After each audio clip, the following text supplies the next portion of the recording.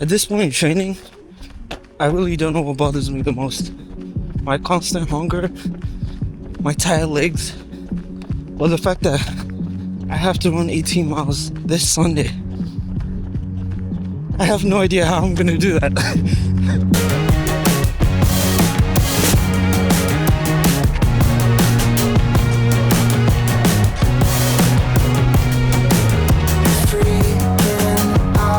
Anyway, welcome to week 9 of marathon prep.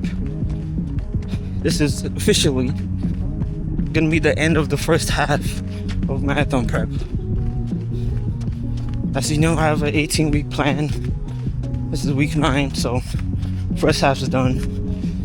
In today's video, I'm gonna be going over my current shoe rotation, what that looks like, the choices I made to get certain shoes.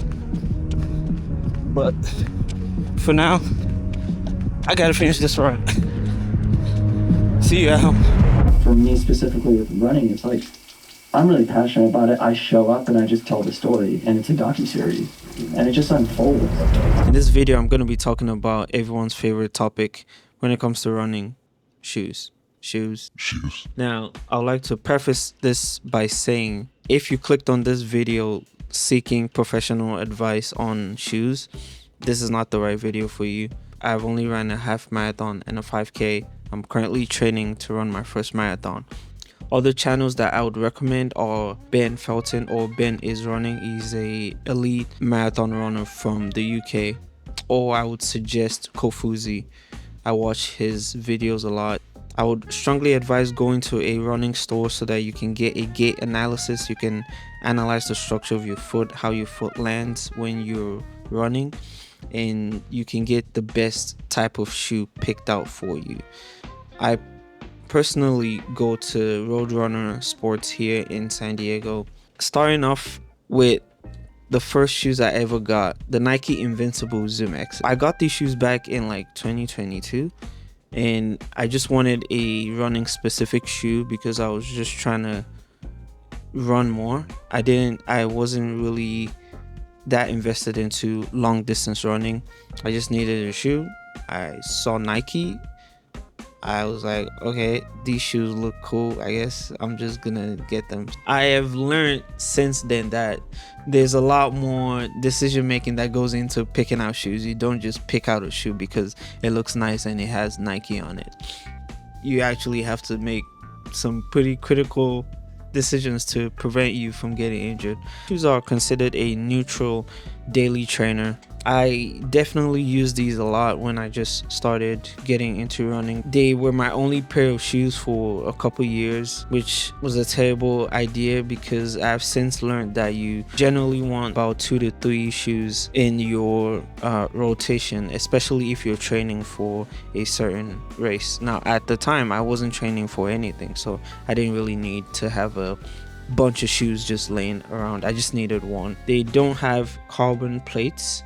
And for those of you who don't know what carbon plates are, it is basically a little metal material in certain shoes that is usually placed in between the foam that helps certain shoes be more responsive. Moving on to HOKA Clifton 9s. These are currently my most used daily training shoes. I use these for easy pace runs, for recovery runs, for warm-ups and cool-downs during track sessions. It has a 5mm heel to toe drop, so it's not as aggressive as the ZoomX's. It is pretty much flat, to be honest. At size 11, they weigh around 8.7 ounces. It's practically lighter than the ZoomX's. They don't have plates, so there's no carbon plate in the foam in the base of these shoes, so they're perfect for daily training if you're not a plate type of person. They can pick up speed sometimes, but it requires so much more effort because it feels more like a stable shoe than a neutral shoe, and they don't have a plate, so they're pretty much very stiff shoes to me. But I like that. I walk a lot with these shoes. These are also my gym shoes. They feel nice. They're super comfy. There's a lot of cushion. Now I have 2 more shoes in my current rotation, but before I talk about those, morning, currently at Lake Murray Trail. I'm about to run 6 to 8 miles. I was actually only supposed to run 6 today, but I'm trying to get a lot of the miles done earlier so I can rest as much as possible on Friday and Saturday before the 18 on Sunday. So, about to get this done.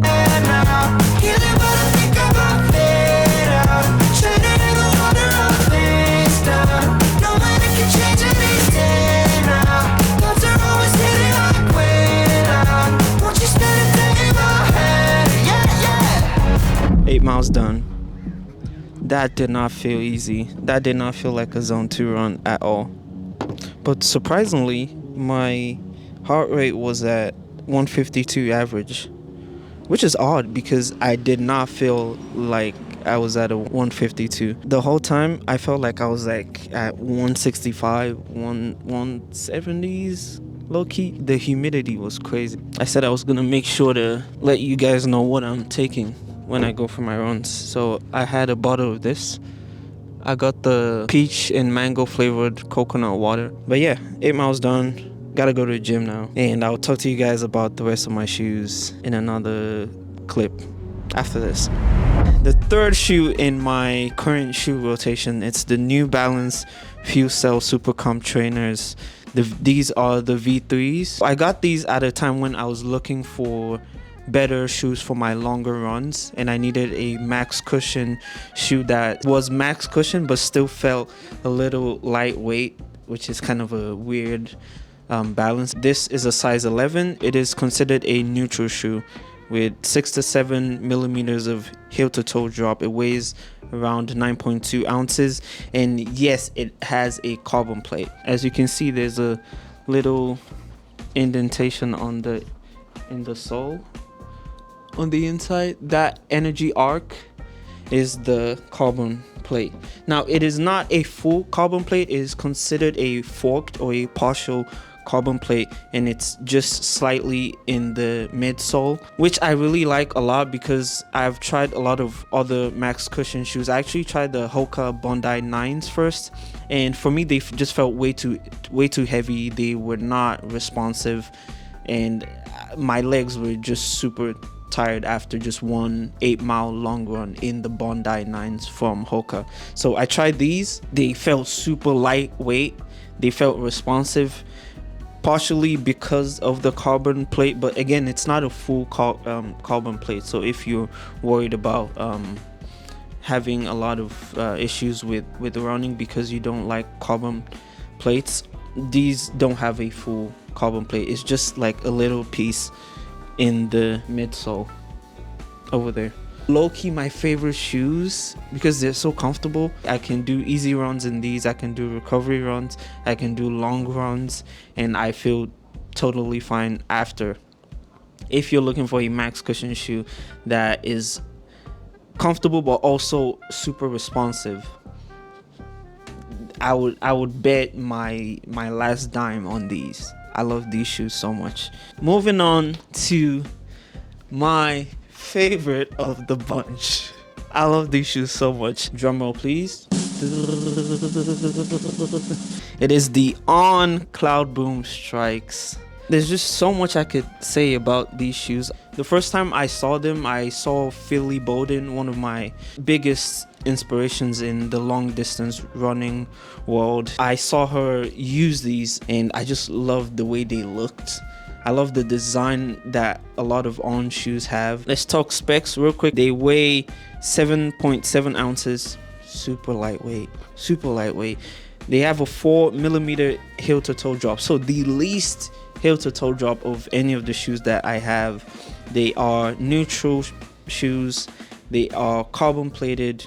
They're considered super shoes or cheater shoes because they make you feel like you're running faster than you actually are.